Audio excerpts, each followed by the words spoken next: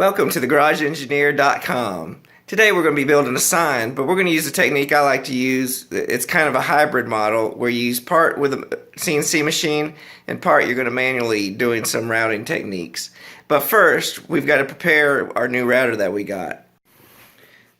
So this is our new router. This is a DeWalt DWP611. Brand new out of box. There's not that much comes with it.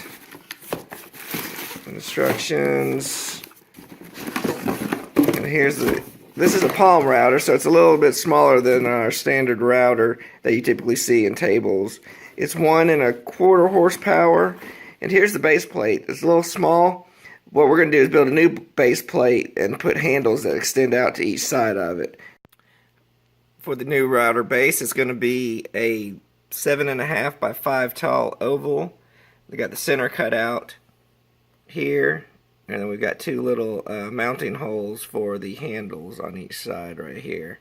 So we're going to do it out of acrylic, and this is on my easel software, and we're going to be sending it over to the X-Carve and carving it out. Alright, let's get the router moved into place here.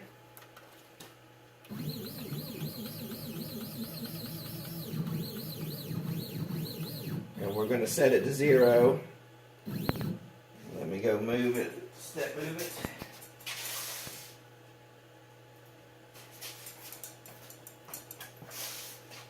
I don't have a Z Pro, but we can get it pretty close. I put a little piece of paper under the bit. When the bit starts dragging, that's when I know it's touching the surface. See, right now it's loose.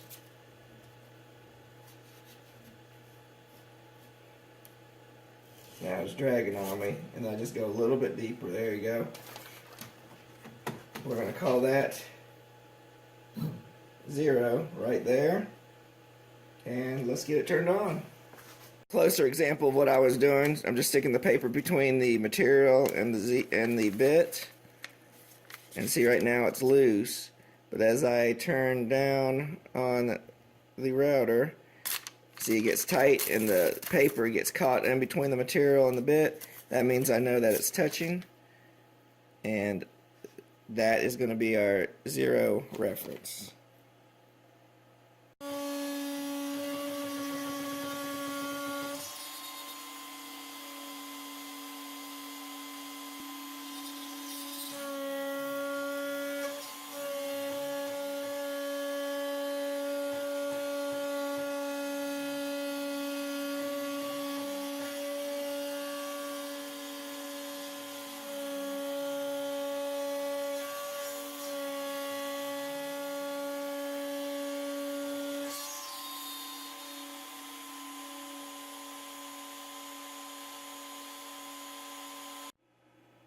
Alright, I wanted to bring you in closer and show you what's going on right here. It was making a dragging noise, like the head was trying to go faster than the bit could cut. So I slowed it down, but as you can see, it didn't. I think the cut's too deep too. I don't know if you can see how deep that is. That's cutting way too deep. So let me go. I need to go make some adjustments, and we're going to try it again. And maybe not cut so deep that it, because this is a little too much for the acrylic. So let's make shallower passes. Okay, I've got it 0 set. So we're going to try it again on the same piece, because that won't matter as much. And see if it can fix the issue or not. So we'll give it a try.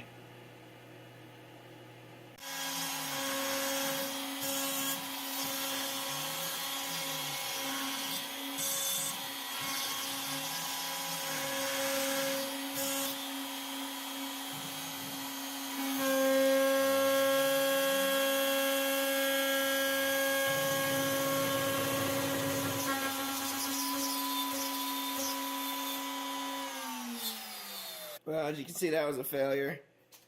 I guess the bit was dragging so much it was knocking it off course, so we will be doing something else with that. Alright, so option number 2 is I printed out a scaled copy of what we were going to cut out. We are going to glue that to the where we started, and then we're going to take it over to the bandsaw and cut it out. So we're just cutting this out just so we can use it as a reference. There's no really any purpose for that. Just so you can see what's going on here. And we'll do one for the hole too, since we already had the hole punched out.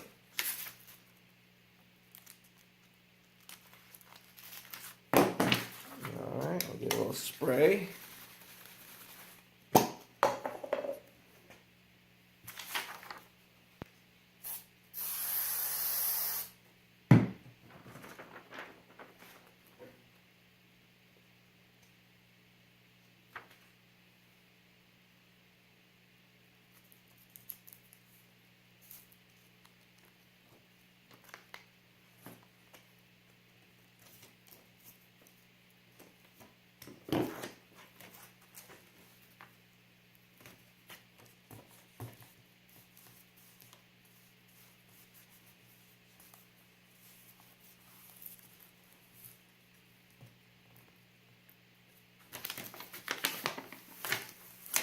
Try it again. Circle's not too bad.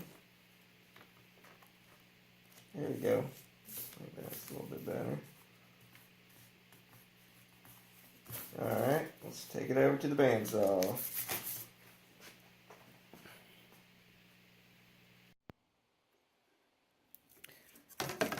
You probably won't be able to hear when I turn the bandsaw on, but basically what we're doing is cutting out the template here, and then we'll finish it up on the sander. So that's what we're going to do right now. But I'm going to cut it down shorter to make it easier to spin around.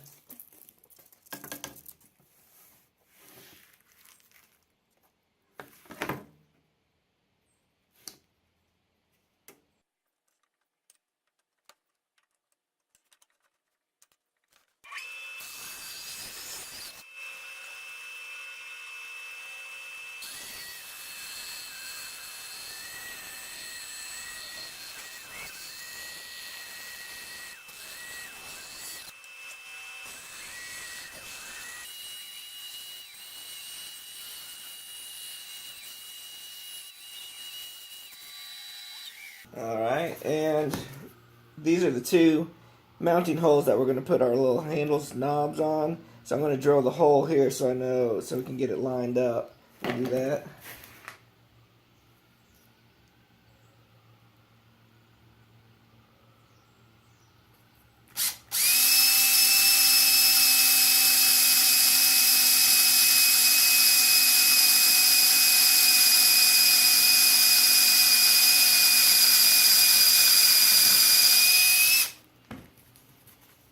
Alright, we'll take the center out here, and now I'm just going to go clean it up around at the sanding table.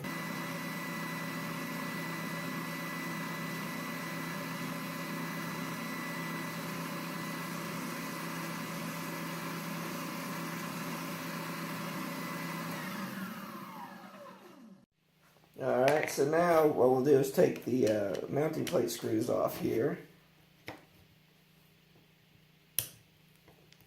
so we can get a template of the holes.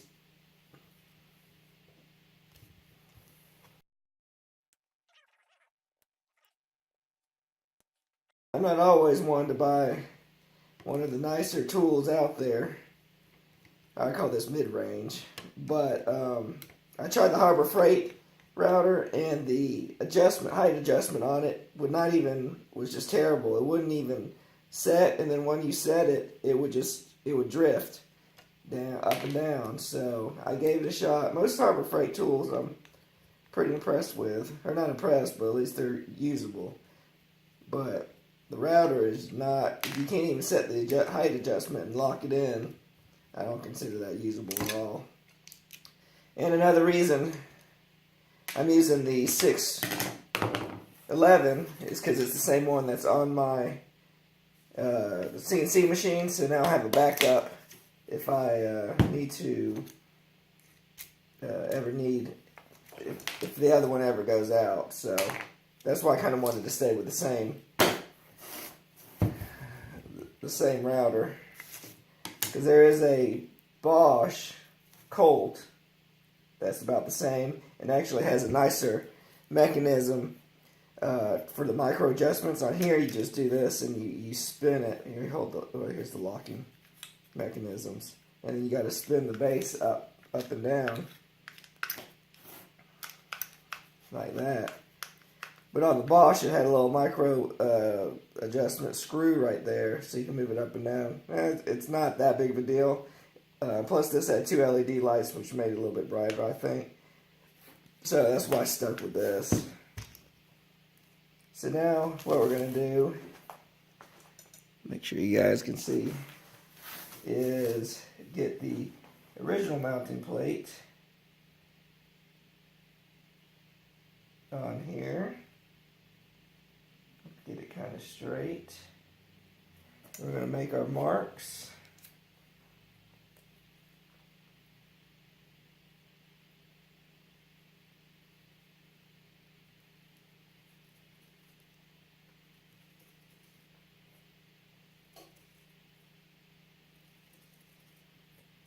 There you go. And go pick. I'm just going to poke little holes here to get it set. So when we start drilling, it won't drift on us. Okay, I'll go get a drill here.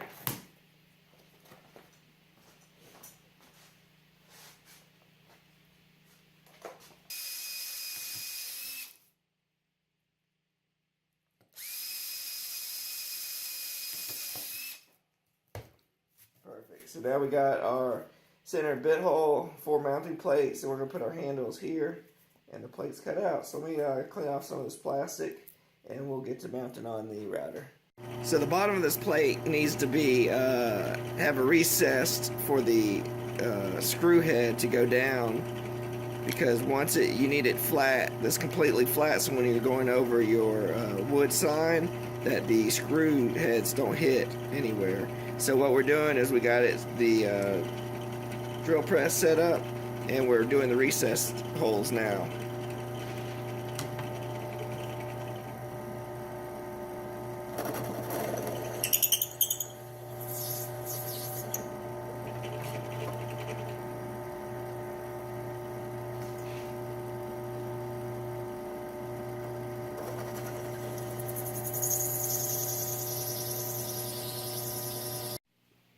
Alright, so this is our finished product. We have a little mess up there on the CNC machine, but that won't bother anything.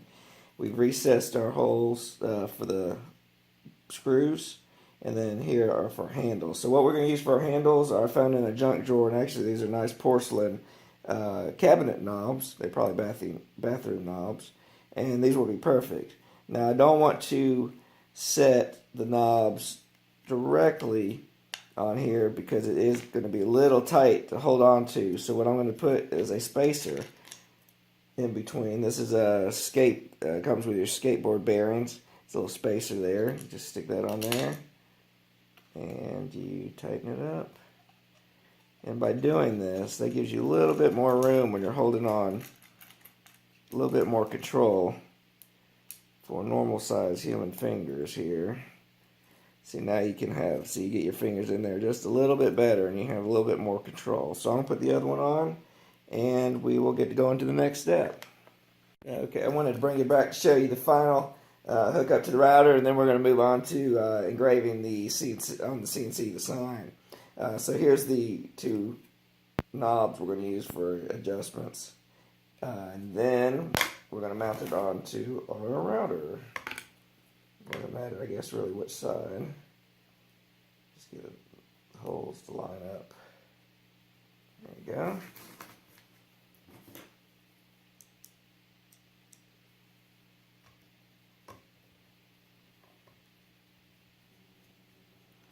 Alright, well that'll do it. So in review, this is a DeWalt DWP611 trim router. It is 1.25 horsepower. And we didn't modify anything of the actual router itself. We just added our base plate to it here by recessing some screws, and we added these handles on here, which were just cabinet knobs with the skateboard bearings on here, and it has really good. I was really pleased after making the sign. It's got good control, and it's just the right weight. It's not too heavy. It's putting like a 1.5 horsepower router on there, so you get a lot more control, and it won't jump out of your hands when you're making the sign. As I was editing the video, the length of time was almost 30 minutes, and I thought it was a little too long. So what I decided to do was split the creation of the router base to one video and then the sign making in another video. I'll release them both at the same time, but I thought the shorter links would at least make the videos more appeasing to watch time-wise. So I appreciate you following me on this build. If you're new to the channel, please subscribe. If you like the video, please give me the thumbs up. Remember, always be cutting. Whether it's wood, metal, cloth, paper, always be building something every day.